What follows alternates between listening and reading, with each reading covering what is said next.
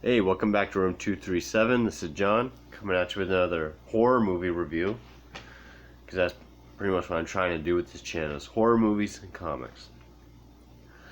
So I figured this would be the perfect movie to start this off with, and that is Creepshow. One of my favorite movies of all time. This was the first DVD I ever got.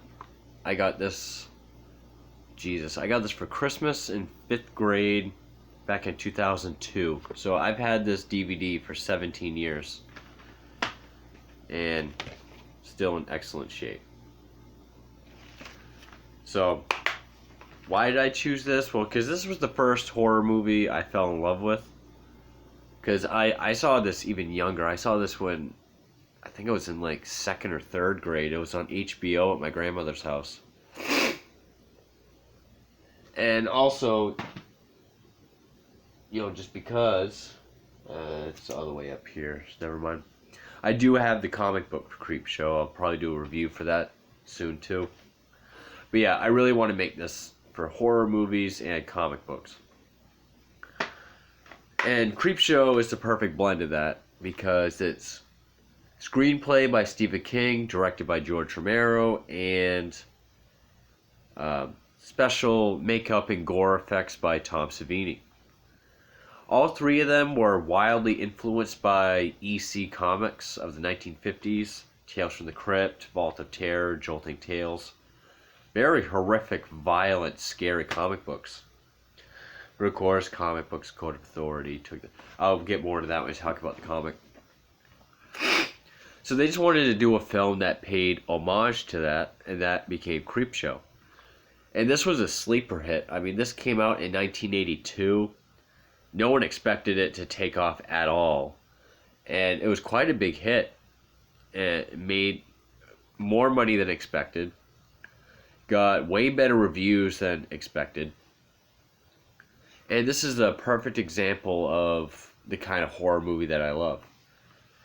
You have a crazy ensemble cast. I mean, you have Hal Holbrook, Adrienne Barbeau, Leslie Nielsen, Carrie Nye, E.G. Marshall. Stephen King has a big role in it. Ted Danson. We got a lot of people. Pretty much what this is this is a anthology film and the best of its kind. You have 5 stories, all broken up with a bookend story. The bookend story is this young kid played by Joe King, which is Stephen King's, I think, a middle son. I could be wrong. He's being berated by his sort of abusive dad for reading horror comics called Creepshow. His dad throws it out, and then we see the boy up in his room, and there's like this ghostly figure out of his window, and he's like smiling at it. The ghostly figure laughs, and then we go into this animation. And the animation, I still think, is stunning. I mean, there's a Creepshow 2, and the animation is absolute horseshit. I hate the animation in that movie. I hate that movie. I used to have it. I got rid of it because fuck Creepshow 2. Even the story with the raft, I didn't think it was that good. The animation in that movie is like a shitty CDI game. But in this, it's dark, gritty, very detailed, almost like something in Pink Floyd's The Wall, but more horror related. And that's where we get the credits, and then the comic book itself plays a big role in the way the movie's played out. Like, the comic will flip open in animation, it will go to the first panel, and it will be still. It'll go from animation to live action, and then we see the story play out. Then the last shot of the story goes back into still animation, and then it sort of pans over to the next story, goes back into live action. It does that for 5 stories. The first story is called Father's Day. It's probably the weakest. It's always been my least favorite. It's this really hoity-toity, high-class, rich family. They're getting together for Father's Day. Turns out, and we get this little history of the patriarch of the family, Aunt Bedelia, 7 years ago killed her own father because he had her fiance killed. It's very simple. I mean, Bedelia go. The whole backstory is the most interesting part, where we see, the Nathan Grantham character, like, I want my cake. He's like bashing his cane. And we get all these shots with these neat frames. Like, it will be like a cake, but it'll be like sort of like how this font is, all like tainted. It'll be like red, but we'll see it'll all be black all around it, but we'll see the film inside. Like really neat frames like you'd see in a comic. Also, there'll be a lot of freeze frames, and then it'll pan over, and there'll be like a bar, so it looks like panels in the comic. Very imaginative. Anyway, he comes back as a corpse, he kills Bedelia, and he pretty much just kills people one by one. And the gore effects, or the zombie effects, I guess, are fantastic. I mean, next to like Lucio Fulci's Zombie, it's one of the best I've ever seen. He comes out of the ground, I mean, he's got dirt in his eye sockets, in his mouth, he's got worms, and his voice is very like croaky. Almost sounds like Nick Nolte. He's like, I want my cake, but it's all just distorted and gravelly.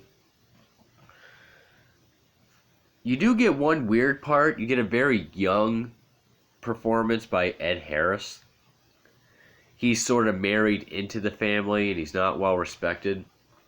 He decides to go out and look for the aunt because she's supposed to be there by then.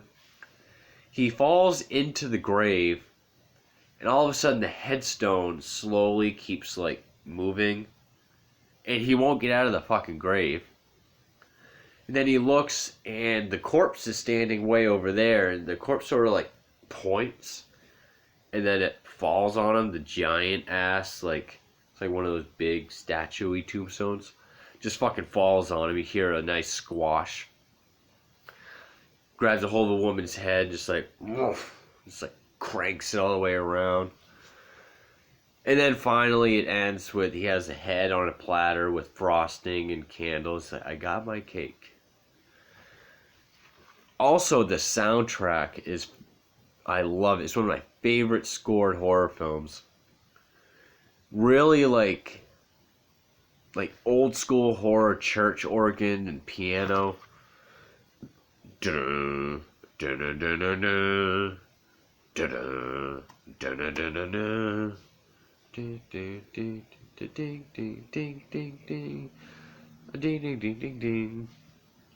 Like children's choir in the background. And also like weird, like think of like movies like sci-fi with like bugs or like flying saucers, like weird creepy sounds. This movie's full of it. The second story is called The Lonesome Death of Jordy Verrill, which is based on a short story written by Stephen King called Weeds, which I think was published in the 70s in like a weird science magazine. Stephen King plays this backwoods hick named Jordy Verrill, who's very stupid, has bad luck. A meteorite crashes in his front yard, thinks he can get money for it, he touches it, and then everything he touches starts growing this green, mossy shit. He doesn't call the doctor, he's afraid the doctor's gonna, amputate his fingers. And all the scenes with the doctor and the what ifs he has in his head is very surreal and dreamlike and kind of eerie and creepy. And eventually it's just, he's just embodied in this green stuff. It's meant for comedy, because he is a dope. He is a doofus in that story. Stephen King does a great job. You could say that's the weakest, but I have fun with it. And then the third story is... The third one's The Crate, and that one was always my favorite. because that one has Hal Holbrook in it and Adrienne Barbeau. Of course, Adrienne Barbeau would go on to be in Swamp Thing, John Carpenter's The Fog. She would voice Catwoman in Batman the Animated Series. You have this university where a janitor finds this old crate. It's like 130 something years old. It's been down there. So he calls the history professor up. They open it. It's like this weird Tasmanian devil looking thing. Just sucks the janitor right in. And this story, there's also a lot of filters.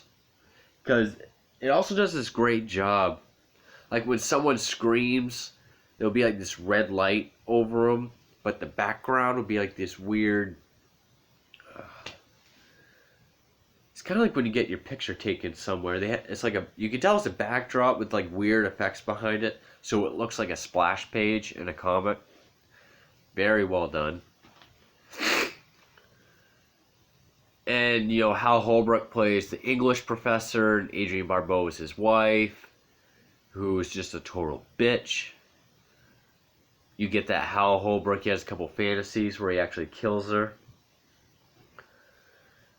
He goes to clean up the place. He feeds his wife this story of how she has to come and help out. Doesn't go well for her. And then, they dispose of the crate, but you find out it gets out. The next to last story is called Something to Tide You Over. And I guess this one would, for me personally, probably the scariest, because I would not want to go this way. I've always had asthma, so anything that involves not being able to breathe kind of freaks me out. Leslie Nielsen, who is always a serious actor, by this time has become a comedy actor with Airplane. Not sure when The Naked Gun came out, but Leslie Nielsen. Finds out his wife has been cheating on him with Ted Danson. And he's like, I always keep what's mine. She's not yours. All this shit. So we don't see what happens to her. Or as it's happening, we don't see it. We see what Ted Danson goes through. He marries them both up to their neck at the beach in separate areas. And lets the high tide come in. And, he taunts him the whole time. And Leslie Nielsen is actually a good psycho. Like, the way he taunts him and puts him through this hell. I mean, he is quite the sicko in this. I meant to say sicko, not psycho. Even though he is that too. So, it does a great job at the waves coming in and hitting him, and then eventually they come back as water zombies, which is pretty cool. You get some really cool comic-y filters, and lighting is done very well. Then the last story is called They're Creeping Up on You, and I think this is the one most people remember. E.G. Marshall plays this guy named Upson Pratt. He's kind of like this Scrooge character.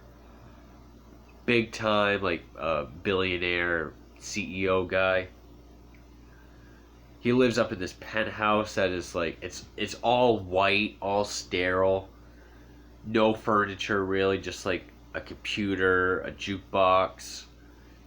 Like, it looks like a friggin'... He's a germaphobe.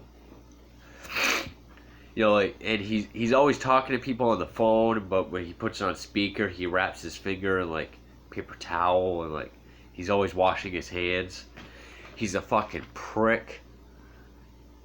Like, this one business associate or whatever, a guy calls him and says this other guy committed suicide. He's all happy about it. When that guy's wife calls him, he's like mocking her, and it's kind of funny how he does it. It's like, this guy's a real dick. Like, she's crying. It's just like, this is Norma Katzenmeyer. And he's like, Mrs. Katzenmeyer, how are you? Like, knowing full well her husband just committed suicide. But he keeps finding these cockroaches. cockroaches keep popping up more and more and more in his germ-proof apartment till eventually there's a blackout and it's more cockroaches than you've ever seen in any movie. And the effects for like I said, most people have probably seen this. The effects for what happens at the very end of that story is superb. I mean, some of it you can tell is like a dummy, but like the chest parts, very awesome. And then we get the bookend story where there's, we're back in the real world. Two trash men find the Creepshow comic and they think it's cool. One of them is played by Tom Savini. And then, you see the dad from the beginning played by Tom Atkins, who was in John Carpenter's The Fog. He was in Halloween 3, which I don't own and don't need. And the son used a voodoo doll on him. And then we get and then it turns into animation again, as if the kid holding the needle is the cover to the new comic. And that's the whole movie. Most fun you'll ever have being scared. I loved this movie as a kid. This was like the first real R-rated, like, real horror movie I ever saw when I was super young. I loved it. I've always loved this movie. Still one of my favorites of all time. I love this cover too, but if they're really going for like a comic book aesthetic, I always wonder why they went with like an old school, like a movie ticket booth. Or maybe it's not even supposed to be the movies, maybe it's just like a show in general, but either way, I still think that's a great cover. One of my favorite movie posters ever. Great performances. Like I said, the music is absolutely awesome. I love the filters used in this. I love the animation. They really did a wonderful job at making this feel like a comic book come to life. Creepshow 2 fucking sucks ass. It's like 3 stories. But it sucks. I was not into it at all. Creepshow 3 I've never seen. I know one has like a haunted hot dog or something. Fuck that movie. I've seen bits of Tales from the Dark Side, which Tom Savini considers to be Creepshow 3. But to me, you could just have Creepshow. And I would consider this to be a must-have horror film, must-see horror film. If you love classic horror movies, definitely check this out. I love this movie to death. But that's all I got. So Creepshow, awesome. Barone 237, I'm out. Thank you.